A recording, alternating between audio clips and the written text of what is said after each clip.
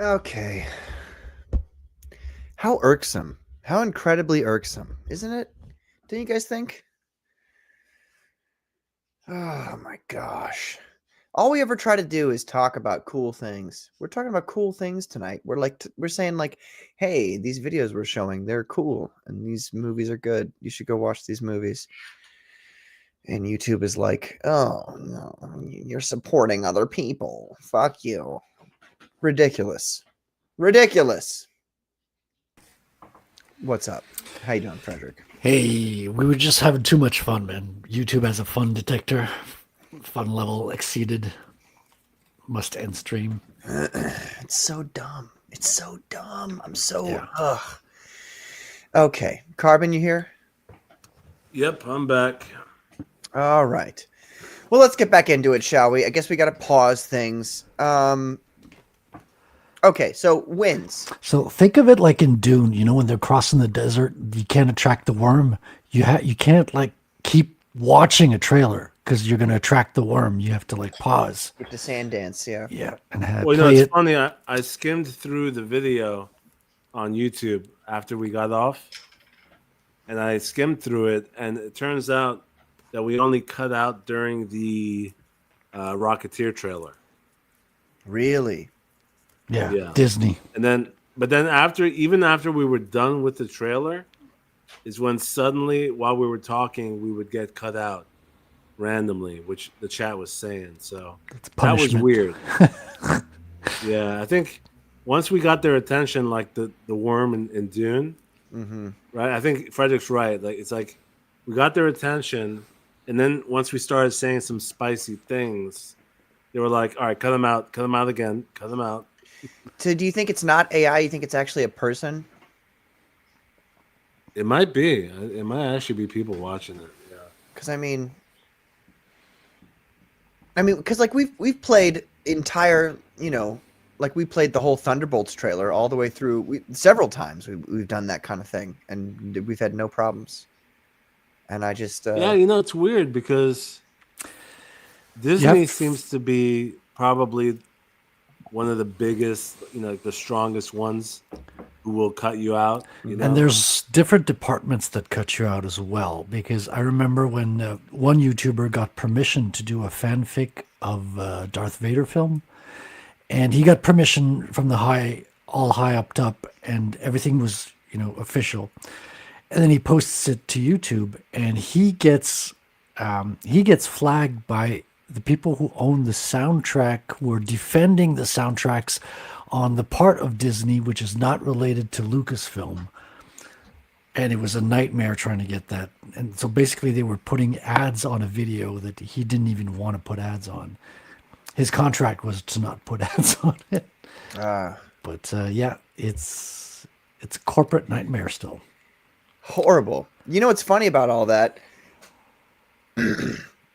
is that it's just a reminder. It's a reminder to the folks at home. People talk and they say what things are true, and many of those things are not true.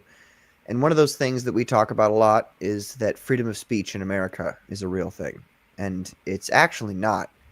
It's not as bad as it is in other countries, but when you cross corporations, that's when your freedom of speech is like, oh, it doesn't matter anymore. You know, oh, you crossed a corporation, they got money, so you're, and it. I'm not happy about that. I'm very upset about that. But, ladies and gentlemen, we're back. We're here. There is a show that I actually think a lot of people don't like. And I don't know if it's because they haven't watched it or because they have watched it and it's not. So I'm going to go. It's a little bit different here. We're talking about, comics to movies or film that have done adaptations really well.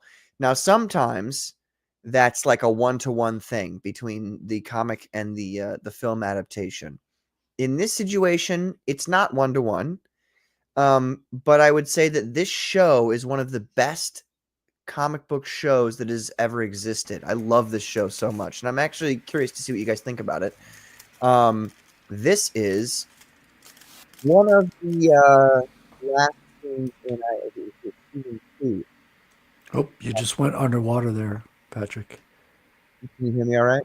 Yeah, now I hear you. Okay, yeah. Oh, Um, are you hearing that as well, Carbon, or is it just me? Yeah, you got muffled there for a bit. Am I muffled still? Am I still muffled? Now you're good. You're good now. Okay. Yeah. This is a show that I don't think a lot of people have watched, actually, but I thought this is one of my it is one of my favorite shows of all time, and I hope people watch it. This is Legion. You guys ever heard of Legion? I did watch this actually. All the seasons? I saw 2 seasons of it. Were there more? There's a third one. Yeah. Yeah. The third one's also really good. So this is the end. I know I'm gonna have to. I was already actually kind of prepared to pause this one because I know that this is something.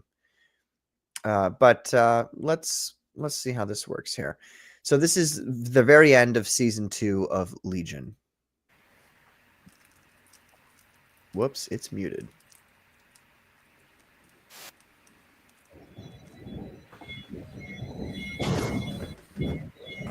Is this the final fight Yeah. at the end of season 2?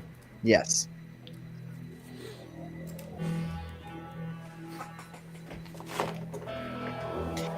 So for those of you guys who don't know, Legion is a character in Marvel comic books who is the son of Professor X, and he has multiple personality disorder. But the interesting thing is that all of his personalities have their own set of powers. So that's kind of the basis for this show. Oh, that sounds interesting. I've never heard of this. Oh, dude. It's like a play. It's like a play that's been made into a TV show. And that's why I like it so much. Because I come from a more theatrical background. So I'm a big fan of... Yeah, but the multiple personalities having different powers, that's a new angle. Kind of like Yes. Yes. And the comics are actually really good. If you guys get a chance to read the Legion comic books, there's a lot of really good ones. And this show, while it's not like hyper comic canon, it is at the same time, because I've always drawn a line between mediums. And so if the medium of film can adequately portray something in comic books, I'm generally speaking okay with it. I know it's never going to be one-to-one. I understand that. And this show did it just oh, it's so good. You gotta check it out. I don't want to give anything away. But so this is the last fight, I guess, in season 2. No one knows what it's like to be the bad man, to be the sad man behind blue eyes. No one knows what it's like to be hated, to be fainted, to telling only lies. But my dreams,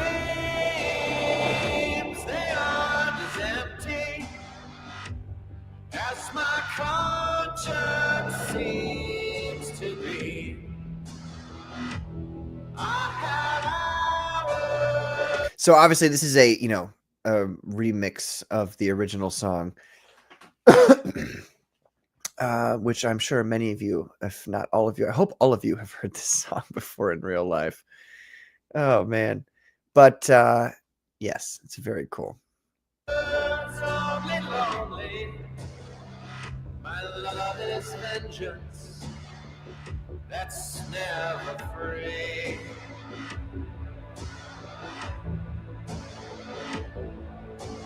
هیچ کسی این درد و درک نمیکنه. احساس و احساس نمیکنه. مثل من. That's Amal Farouk, the Shadow King, for those of you guys who know who that is. و من تو رو سرزنش میکنم. هیچ کس به این اندازه خودش کنترل نمیکنه. خشمشو، دردشو، این درد و وحشت من نمیتونه افشا بشه. But my dreams, they aren't as empty as my conscience seems to be.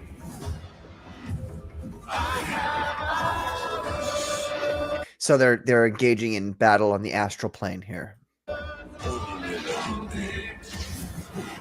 My love is vengeance that's never free. My love is vengeance that's never free.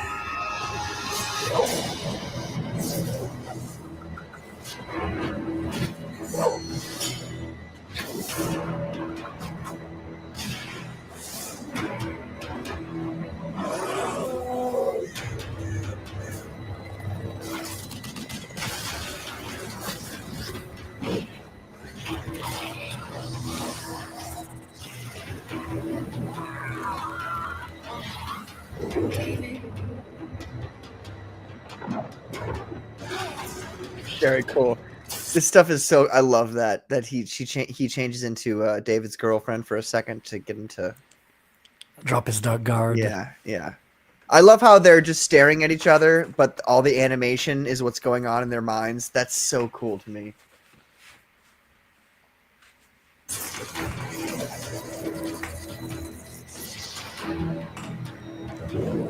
Does this happen in just one episode, or is the whole show filled with lots of scenes like these? The whole show is full of crazy ass shit. This is something different that happens at the end of the second season. I don't want to this show is super good, and I don't want to give anything away. There's some weird stuff in this show, but this was a cool, very comic booky kind of ending.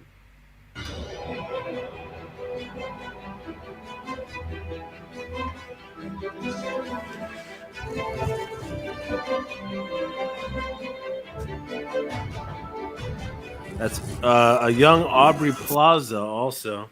Yes. Which was a big introduction for her because she wasn't that known at the time. And so this show kind of propelled her a bit more into, Have you seen this show, Carbon? Yeah, I saw this episode.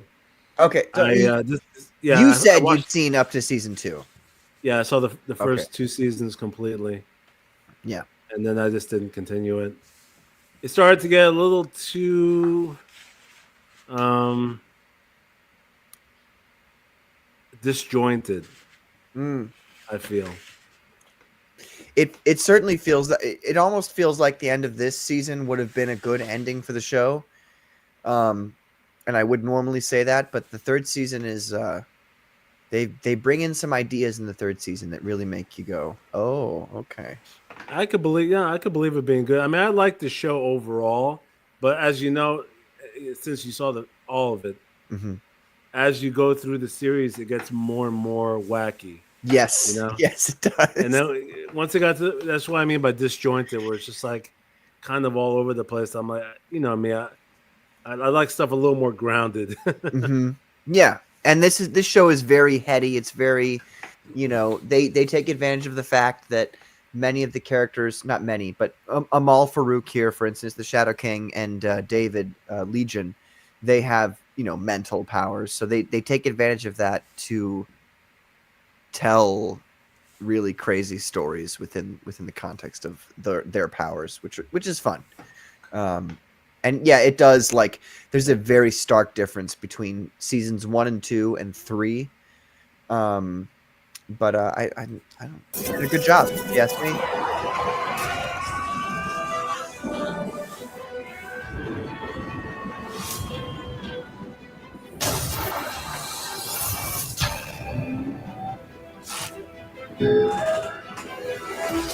My fist clenches, crack it open. Before I use it, it moves my cool. When I smile, tell me some bad news. Before I laugh and act like a fool. اگر پریدم حاکم کنم اگر میلرزم That I forgot what the word is for that, but the little tonal fork that she shot there, it prevents them from using their psychic powers, just so you guys know. Shiver, please give me a blanket. Keep me warm, let me wear your coat.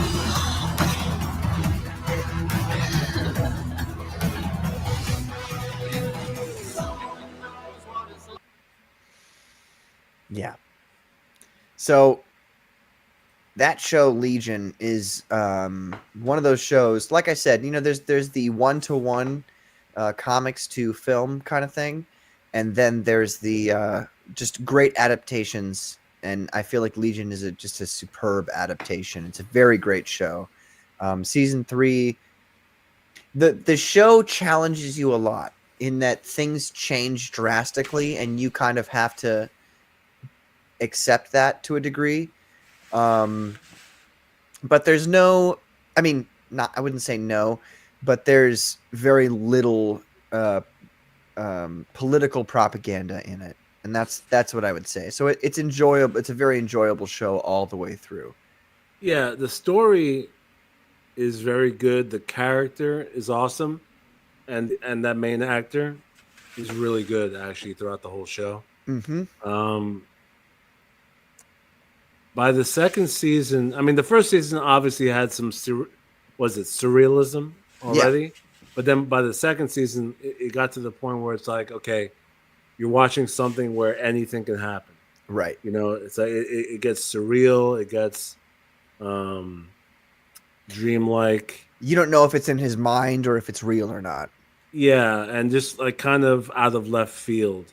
Mm-hmm. And I think, well, that's why a lot of people who watched the first season, they didn't really continue into the second because it took a big left turn, Yes. Yes.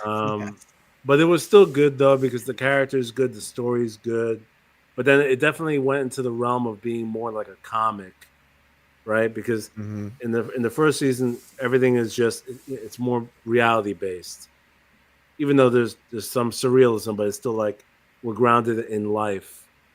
And then in the second season, like we're seeing some like crazy shit, basically, Yeah. Okay, so that was my second example. Carbon, do you have another example here? I know you do. Yeah, I'm gonna have to pick. Now it's hard. It is hard to pick since I have a big list. But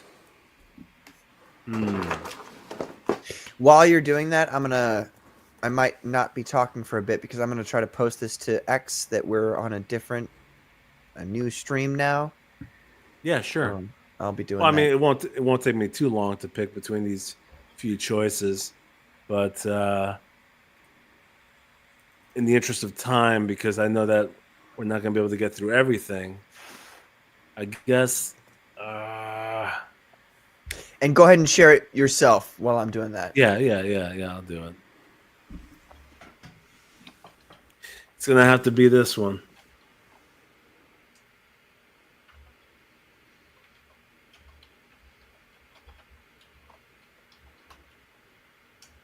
Why am I in all caps? Oh yeah. Teenage Mutant Ninja Turtles, the 1990 movie, the Heck first yeah. movie, Yeah.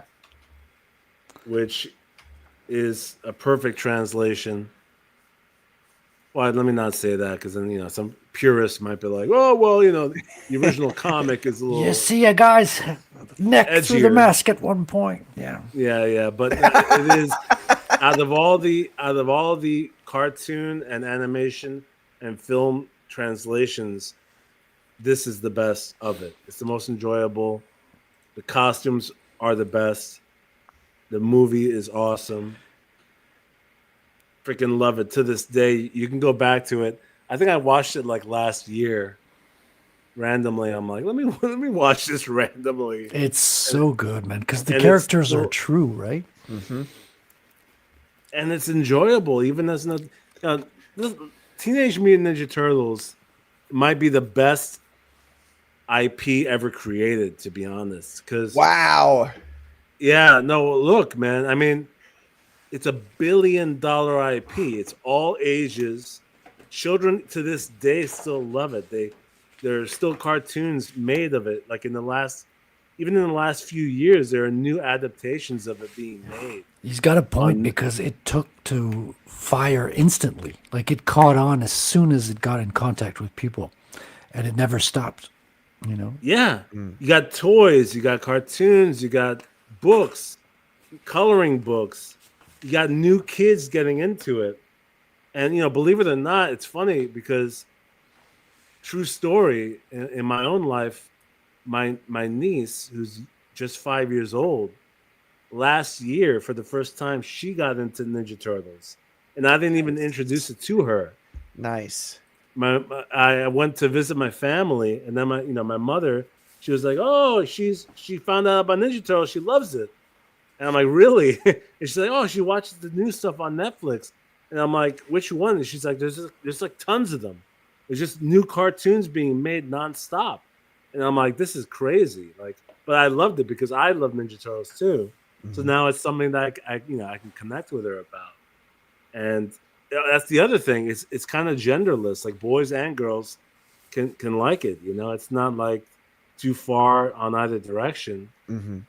And yeah, man, it's just good stuff.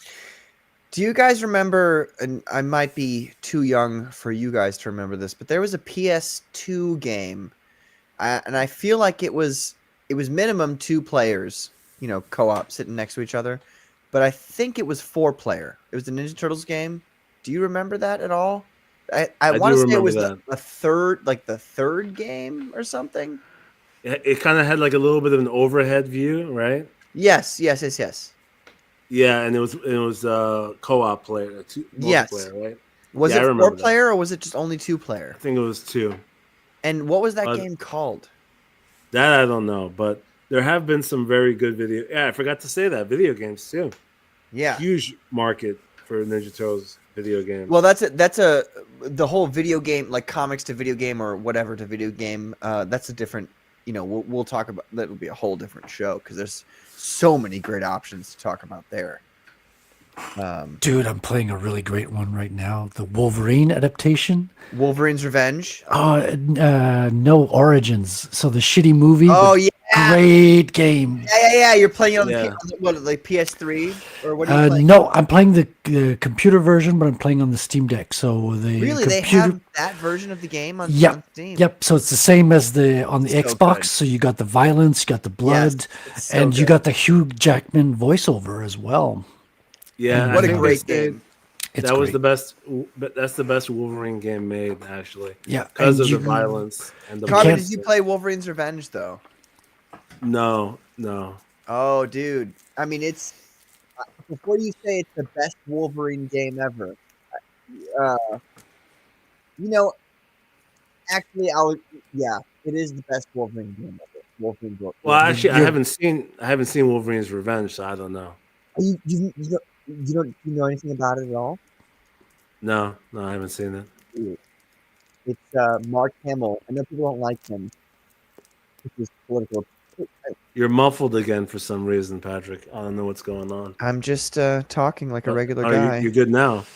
Every time once we say it, it goes away. Yeah, you just Well- moved your mic a little bit and poof, it went clear. Wolverine's Revenge has. I know people don't like. They somehow forget the fact that like most Hollywood employees are liberal, but it's anyway. It's Mark Hamill as Wolverine, and he is Really? actually like superb. It is so good. I'll show you the. We'll bring up that trailer in a second, but continue on the Teenage Mutant Ninja Turtles here. Unless you've already said everything Yeah, you I need mean- to. You know what I mean? I mean, the IP overall, I think it speaks for itself. It's obvious. Since the 80s, it's just been a nonstop cash cow. But 'Cause it's so particularly punk rock, you know. Yeah, like it just hits that perfect balance of being youthful and something for kids, but like you can't deny that it's just enjoyable even as an adult, you know. It's just like It's it that hits that weird. mark. Yeah, it's that weird. Like it's for kids, but it's rebellious at the same time. It's like because the one you're bringing up, this movie, the 1990 movie, it's the most violent. They never went this Yeah. violent, this true to the ninja, and this is actually true to the original comic book. Like this is not based Yeah. on the cartoon as much, and so good. Right. Because at this point there was only one cartoon that had come out, which I think came out in 86, which was the first Ninja Turtles cartoon. And that one was very good, but it was very lighthearted and obviously for kids. And it wasn't violent. And everybody, you know, that they attacked, every enemy was a robot, so therefore they wouldn't cut them, you know? Yeah. But actually, even so, that cartoon was good. It was very good.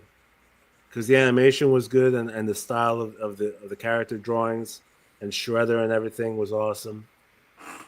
And it had its moments of actually getting more epic. But obviously, overall, it was still kid-oriented. But this movie, dude, like, I'm telling you, I saw it last year, and even as an adult, anybody can enjoy this movie. It has a great narrative flow. The acting is awesome. The action, the comedy, it's still hilarious. You know, just the banter between them. Mm-hmm. I would recommend it to anybody, man. Like, it's funny because as serious as I am as a guy overall, like, you know, I'm pretty in life. I'm a serious dude, but this, ironically, Ninja Turtles is one of my favorite things. You know, it's like, That's awesome, though. no one would think that. It's like, all right, this is like one of my favorite things. I mean, yeah. What a great movie that is, and it is one thing too to like be able to take a step back and see the old movies, and people, a lot of people, like a lot of kids these days, will make fun of. They'll be like, "Oh, you know, their costumes are lame and it looks fake." It's one of those things where it's like, it looks more real than CGI. You know, Well, that's the thing. The costumes in this movie are the best that they've ever done.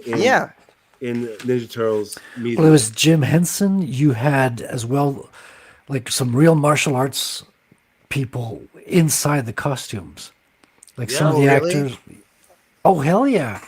They did the you have I don't know his name, but there's some great like behind the scenes of Teenage Mutant Ninja Turtles, and it wasn't easy to film. Like they had a lot of issues, dude. Can you imagine? You've got a Jim Henson's head, and then you got to do like ninja moves with like big rubber hands with 3 fingers. It's insane. Yeah. Yeah, Ernie Reyes Jr. was one of the guys in the costumes who ended up being an actor in the second movie as a regular character. But the thing is, it's true. They were sweating bullets in those costumes. Think about it. If you were in that costume for hours, you'd be dying. It's crazy. And you're moving around. And dude, the action scenes hold up. Like the martial arts is awesome in this first movie. Like I feel like watching it now. Like just talking about it. Well, you kind of convinced me to make this the movie I watched tonight.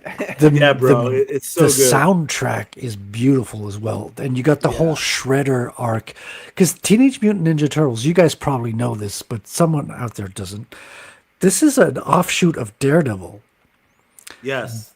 Because they got mutated from the same goo that splashed into Matt Murdock's eyes. What are you talking about? You didn't know this, Patrick. Yeah. Yeah, so this is the unofficial but true origin of the Ninja Turtles. The goo that came into the sewers was the goo that hit Matt Murdock from the truck. It splashed into the sewers, and that was when the Teenage Mutant Ninja Turtles got their power. But they're two different companies. How does that work? That's why it's unofficial.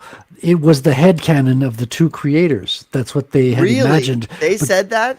Yeah, but they couldn't use it officially for the obvious reason you pointed out there. But that's what they had in mind. Yes, and also the criminal organization in Turtles is called the Foot, Right. as opposed to the hand. I did notice that. Yeah. And his teacher was the Stick, and we have Splinter. Yes, exactly. They had that cursed screenshot where you can see the actor's eyes inside the turtles' mouths, says Adam Weber. What? Oh yeah, there's like a behind the scenes screenshot that's like creepy, because when you see it in real life, it's almost like Uncanny Valley.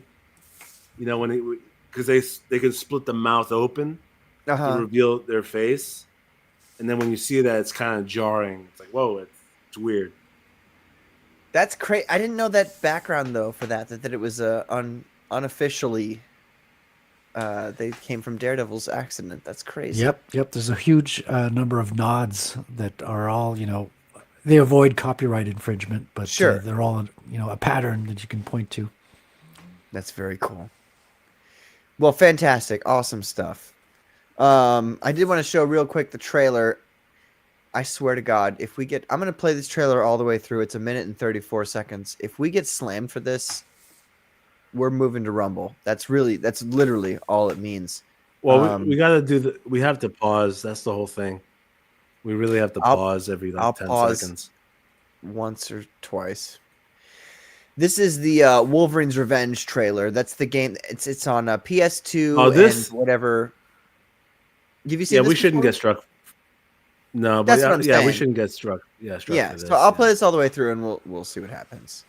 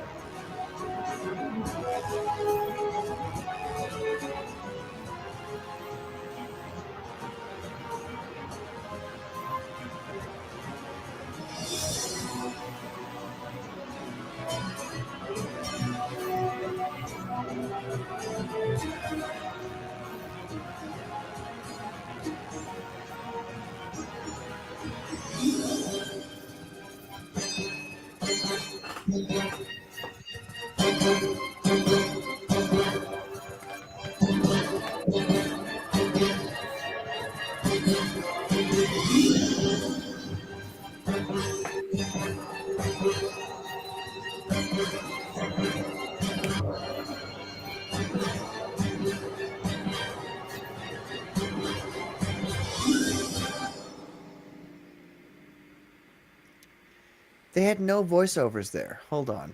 That does look pretty dope. Wolverine's Revenge.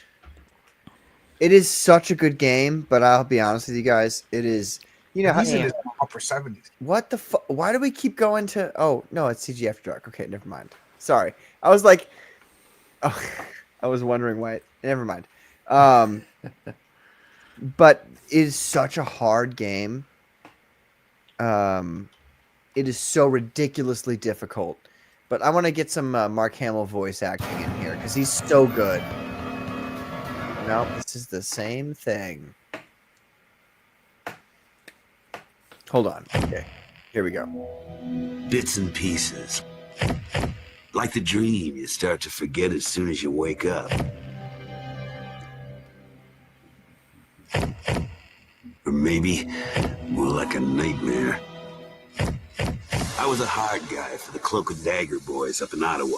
Not really an agent. More like the guy who cleans up. So what's it gonna be, Logan? The easy way or the hard way? I messed up, so what? There was no reason to do what they did. No reason at all. You always were a chump, Logan.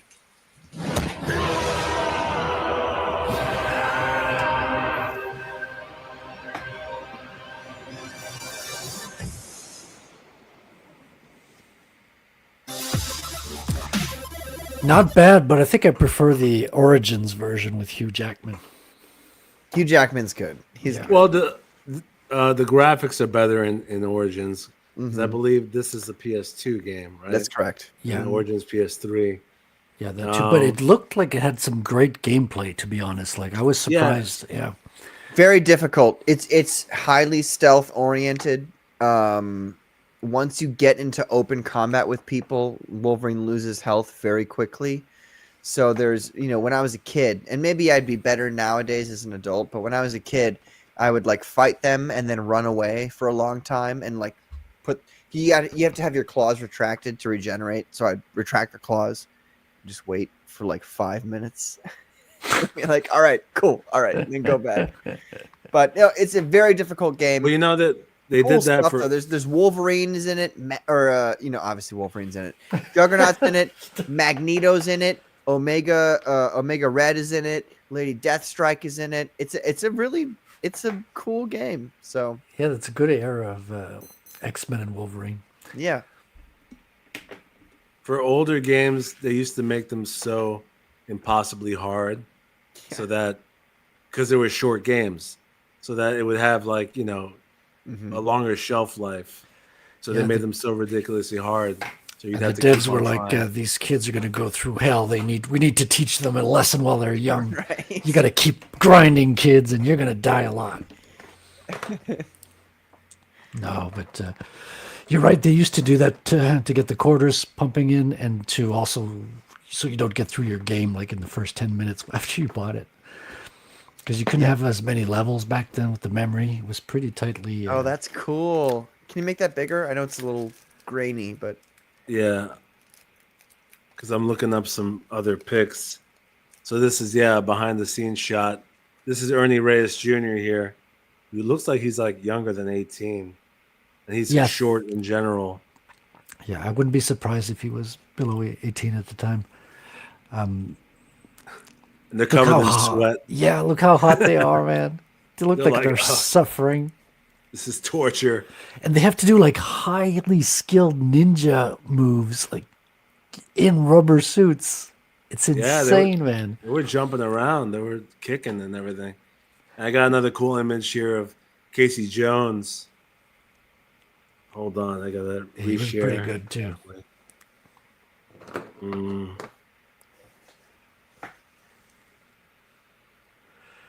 The hell is this? There you go. You muted, Patrick. oh, I was just saying I was hoping for a picture of April O'Neil. Nice. Good old Yeah. Jones. And he was badass in this movie as well. Yeah, Yeah. he was very cool. Yep. Played by a great actor. I mean, I don't know what else he did, but he really nailed the role. April O'Neil in this movie wasn't like your typical hottie, but she was cute enough. Actually, to be honest, she's kind of my She's a type. babe, dude. I don't really- She's totally a babe. don't I'm just mind gonna her. say she is. I hear a lot of people complain about April, but I've never No. I've never had an issue personally. Is she like top level? She is, You know, uh, Carbon, you're roboting there. At least she it is sounds hot. to me. Yeah, total babe.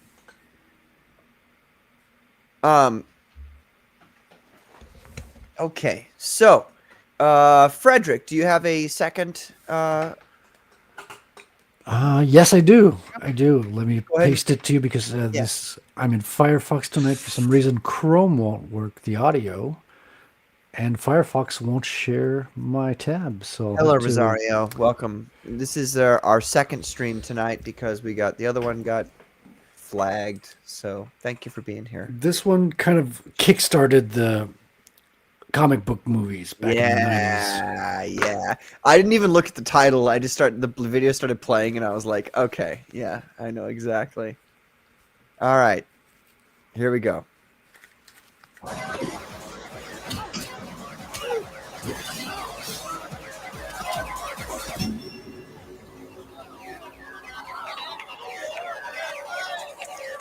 This will never be made again. This, like, Mahershala Ali, sorry, not happening.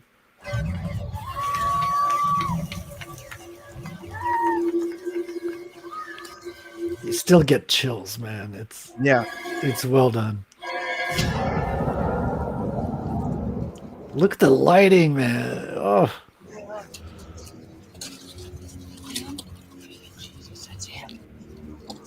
I love how they're all red and he's blue. Blue. You know what I mean? Yeah. It's the day one. It's like basic comic colors. Yeah. And the background is green. Background screen, yes, exactly. Purple.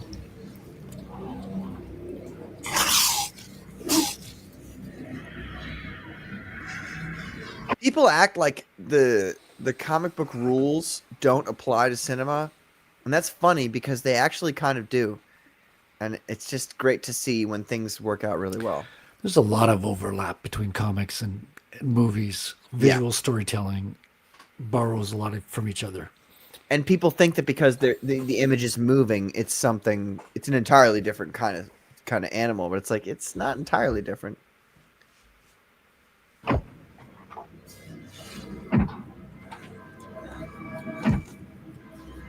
Come on, Daywalker!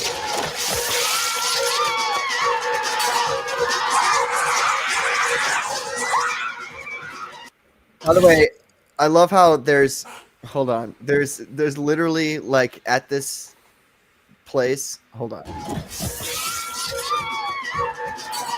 At this joint, there's literally a spot for people, like they just have weapons on racks. Well, yeah, in the raves in the 90s, you had racks of weapons just in case, you know. It's right next to your ecstasy and your fucking strobe lights. Well, you know.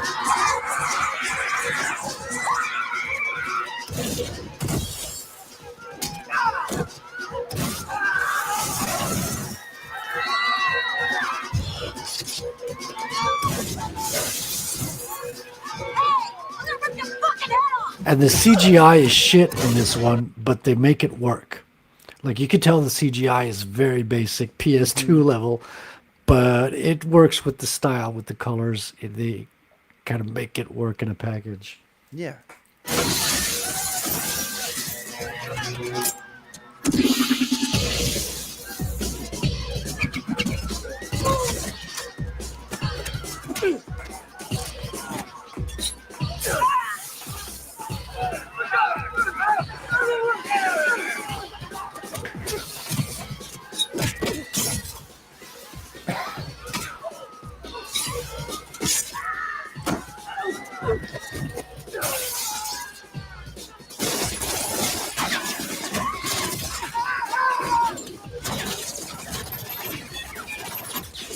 Does he have like, what are the things? It wouldn't be silver that would kill vampires with bullets. What would it be? They'd have to be blessed with holy water, wouldn't they? I think silver might affect them in this movie.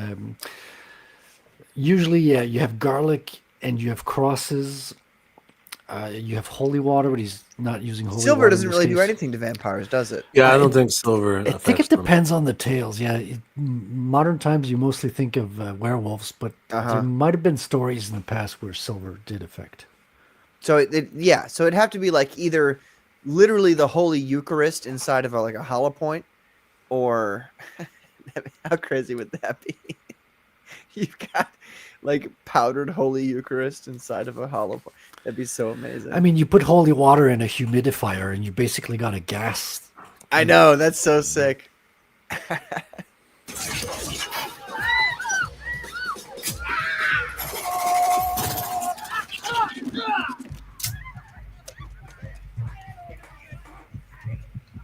That's him! That's him! Get him! Fuck him up! We're gonna jack you up! Make him hurt bad!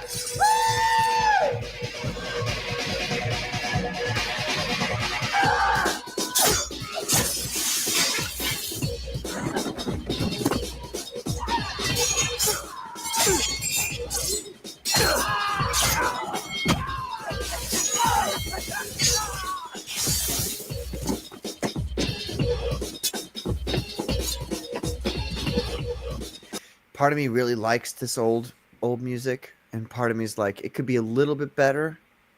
You know, do you guys know what I'm saying? Like that old late 90s, early 2000s. That song in particular, it's pretty much a copy of Prodigy's Firestarter.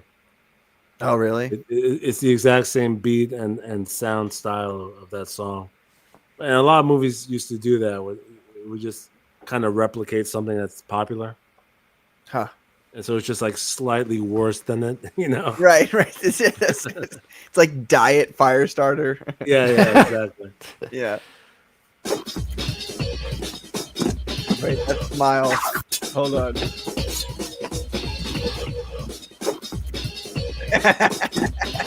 Smile.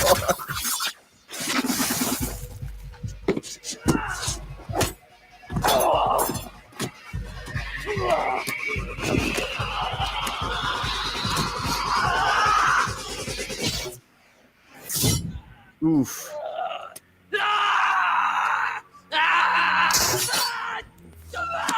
Maybe the silver paralyzes them or something. that right there. Great shot, eh? That's the kind of like campy stuff that I think would be removed in a modern day.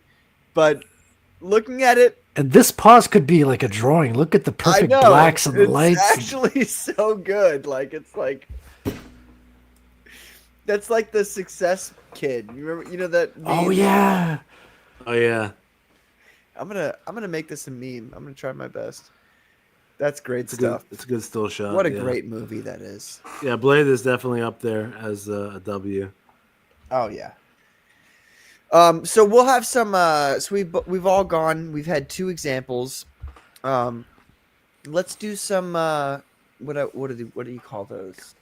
L's. Well, we could do L's or we could do honorable mentions. I'll leave it up to you two. You two decide. You're gonna vote, and I'll be the deciding factor if you disagree. I think it would be good to mention some L's. Okay, Frederick. Sure, we could go with the L's. The L's just seem like it's going to be easy because there's a lot of them and they're pretty bad. Sounds good. Carbon, do you have an L ready to go? Yes. And if I had to just pick one, without a doubt, it's is probably. I heard that weed grinder, by the way. Whoever was doing that. Oh no, that's my chair. Oh sure. Yeah, Frederick's mic is so loud that it's like picking up like every sound in his room. Is it? What is wrong with? Because yes, Carbon's not wrong, but your mic was too low, Carbon. So I'm trying to get you louder so people can hear you. Me or Frederick? No, Carbon, you're correct in that his mic is so highly tuned that it's picking up everything. But before it was highly tuned, it was too quiet. So I'm trying to figure out something where we can have some kind of middle ground. Yeah, I might need to change this chair. I tried to put WD-40 on it, but... Oh, look at this. Okay, we're going right hard in the paint here. Yeah, so this is a still shot from the obviously Joker 2, which came out Oh, last year. And I specifically chose, when I was searching for images, this one in the courtroom, because the worst of this movie was in the courtroom, and too much of it was the trial. Mm-hmm. And but hands down, no matter what EVS says, this might be the worst comic movie ever made. Yeah. And Yeah. I've seen most comic movies, including ones, this was an interesting exercise because we were all searching for stuff, right? And Mm-hmm. we were all thinking about it, and we thought about stuff that didn't, it missed the mark, or it failed to execute the vision of the comic well. And there's been many of them. Like, for example, like the first Captain America movie from the 80s. That was very bad. I remembered that movie because just in terms of graphics and cinematography, it was just very cheap. The costume was cheap. The effects were cheap. And so a lot of movies suffer for that reason, where they didn't, basically the technology wasn't to the point where they can execute like a MCU level movie yet. But you could forgive those older movies because at least they were trying, Mm-hmm. right? Because despite the costume being cheap or the effects not being good, at least they were trying to be true to the comic spirit and the character. As opposed to this, which has no excuse, because we have the technology, we have the good actors, and this movie had a story that destroyed the character of Joker from the first movie with Joaquin Phoenix. Mm-hmm. Nothing in this movie was good. Nothing. He renounced his own identity as Joker in it. And actually, I'm at the point now where I don't even want to watch the first movie anymore. Yeah, me too.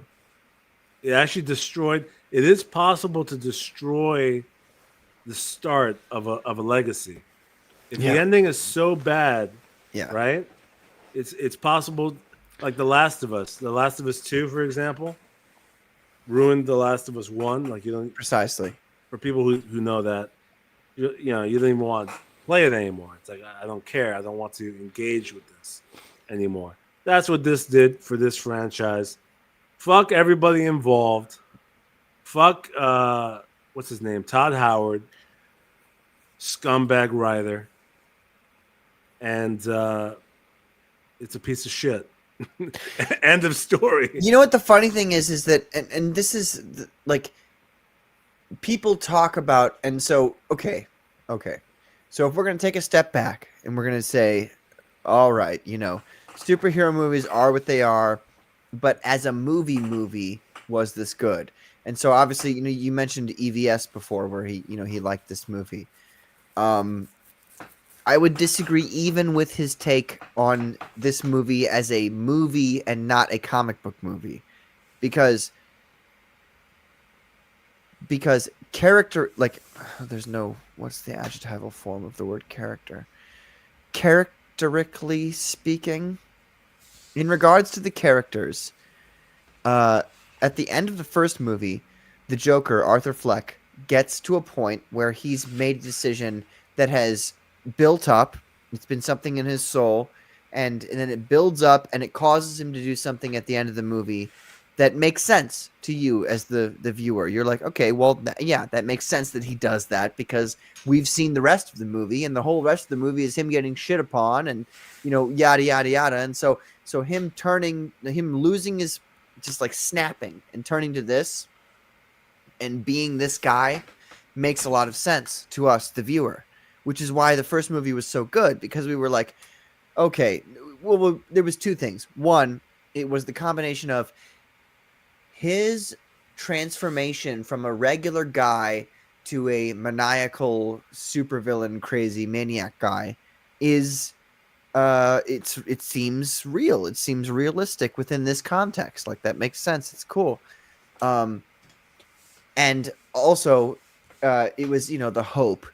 you know, because you see at the end, you see how he acts at the end, and you're like, fuck yeah, that's the Joker. Like, that's cool. That's so sick. As the people who like the comic books and like the shows and stuff. But then they go into this movie, and all of the payoff of the last movie is completely mitigated. It's completely obliterated. And you have this situation where it's like his character and his character progression actually doesn't matter at all. So all the character progression he had in the first movie, all the things he went through to get him to where he was at the end of the first movie, the character arc that he received in that first movie is completely wiped away and obliterated with this movie. Right. And Well- and that's probably the biggest sin of this movie, because we all want to see a great movie with the Joker, Carbon. Like I would love to see that too. Although, to be honest with you, Carbon, I would accept a movie that character-wise made sense but wasn't the Joker. You know what I'm saying? But this movie by itself still it doesn't make any sense within the context of the character that we saw in the first movie. It just doesn't, like, this is not the same guy. Like, what this seems like is a hard cut between the last guy who we knew and understood and this guy who's a totally different person who has motivations that we don't understand because he's coming out of left field and feeling a certain way that makes, like, none of us are on the same page as this character when we go into this movie. Right. And to give my final thought and description as to why this movie is an ultimate failure, I agree with everything you just said. Not only does it not follow logically from the first film, as a singular movie, it's a very depressive film. Mm-hmm. Once the trial starts and he goes through all these failures, and for anybody who might be disagreeing about this movie being terrible, let me recap some of the things that happens. He gets abused in prison by the guards, right? It's arguable as to whether or not he was sexually abused. Doesn't matter. I'm not even going to argue that point. He was a victim in prison, right? Mm-hmm. He's miserable. He's moping. He's crying in the rain. In the court scene, in court, he cries and apologizes for being the Joker. Mm-hmm. Okay? Harley Quinn in this movie starts out by being someone who's in love with him. She's allured by his celebrity and his psychotic dark nature, right? Only ultimately at the end of this movie to reject him as if he was some loser that she just met suddenly. Okay, Yeah. That's another thing that doesn't follow logically, right? Then at the end of this movie, gets his ass caught again after being saved from the courtroom. He gets rescued only to run away.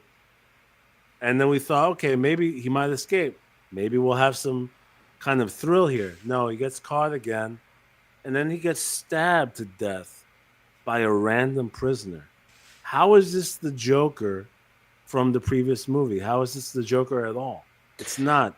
It's a masochistic, sadistic film designed to torture the audience. Yeah. That's what it is. Yeah. I agree with you. And there are people who out there who would say, well, this is a version of the Joker. But it's like, no, it's not really. Because, like, a version that nobody likes. it's not even a version that nobody likes. It's like, this isn't the Joker in any way whatsoever. Like, we all know who the Joker character is. You know, you at the very least have to have him being competent in what he does. And that's a very basic. I know it sounds kind of like almost super too basic, but like that's a very basic thing you have to have for the character of the Joker. Like, he has to be competent in what he's trying to do. So if he's like, I'm done killing people, he has to be competent at least in that. But he's not so incompetent that he's going to be killed by some random character. Yeah, especially in prison. I would think that a character like Joker would thrive in prison, especially after playing a game like Arkham Asylum, where he seems to be able to, hold influence over criminals. It seems. No, Well, this think is not about the the first Joker. movie. Think about the previous movie, though. I mean, some people are arguing about this whole idea that he isn't truly the Joker. Look back to the previous movie, though. In the final act of the last movie, he was victorious. He 100% became the glorious. Joker, too. Yes, he Yeah. was able to kill. He killed that bully from his job, Mm-hmm. and he was able to get away with it. Mm-hmm. Right? He was able to get on to that live show and kill on that show and get away with it. He killed one of the most famous people in Gotham. Yeah, in the subway, when he got the cops to get mauled by the crowd of people, and he got away with it. He walked away victoriously in one of the best shots in the movie. He's walking away smoking his cigarette. There, he transformed into the Joker that we all know.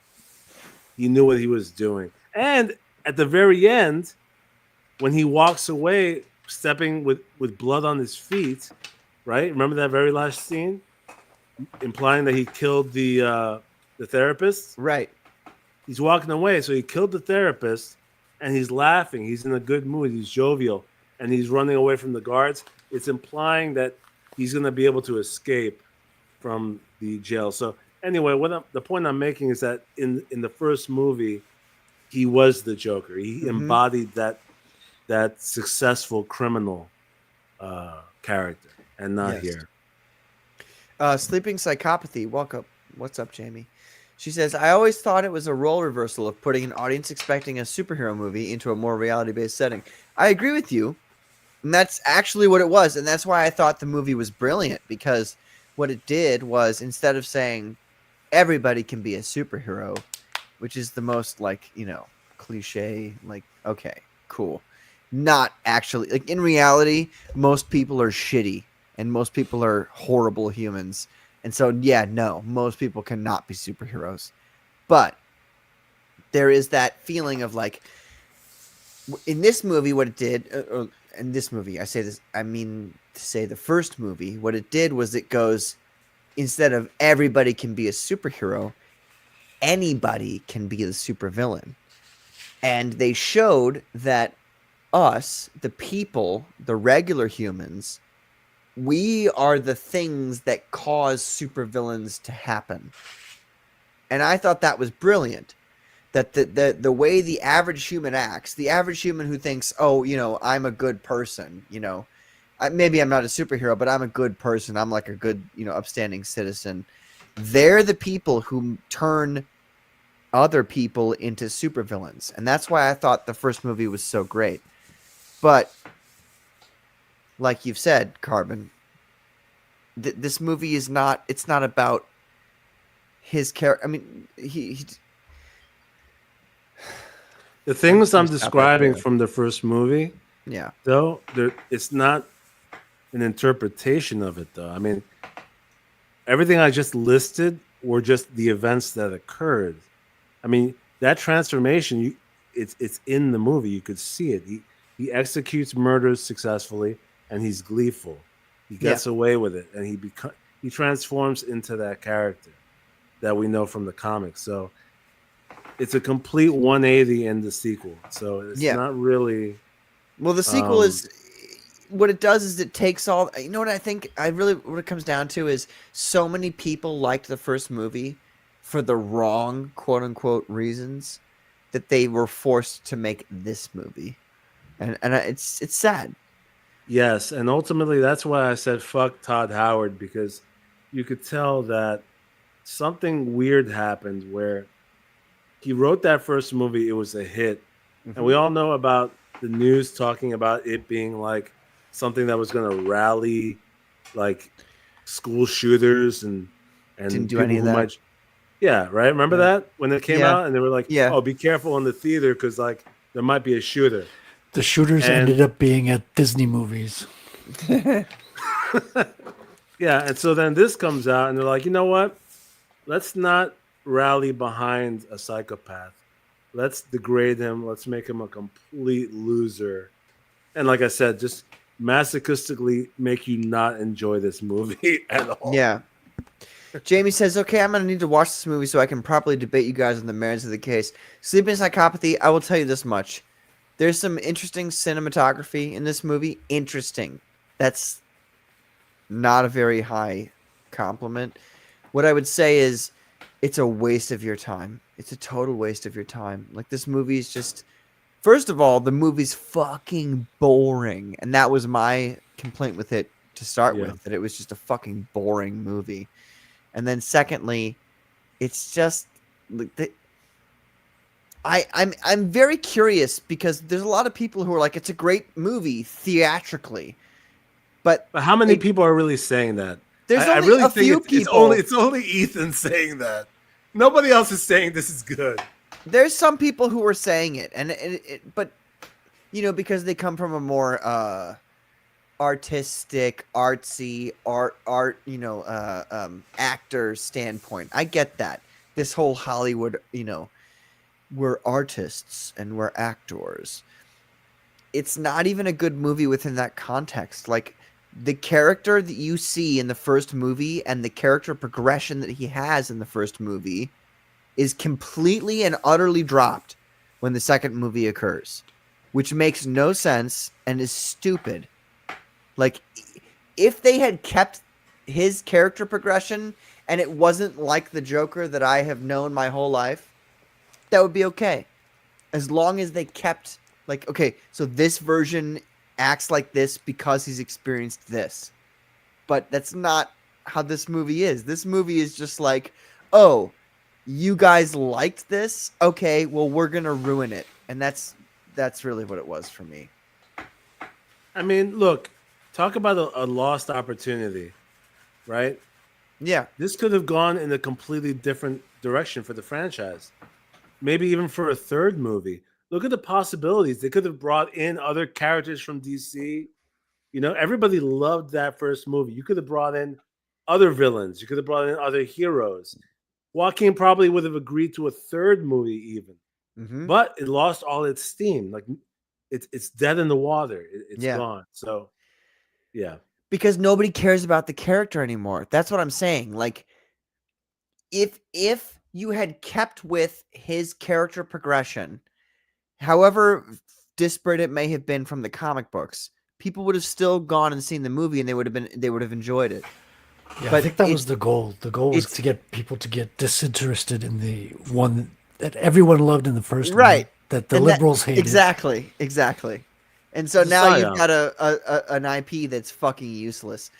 Sleeping Psychopathy says, you convinced me. I'm going to see it. Stop hard selling, she says. Look, Sleeping Psychopathy. After you watch it, you're more than welcome.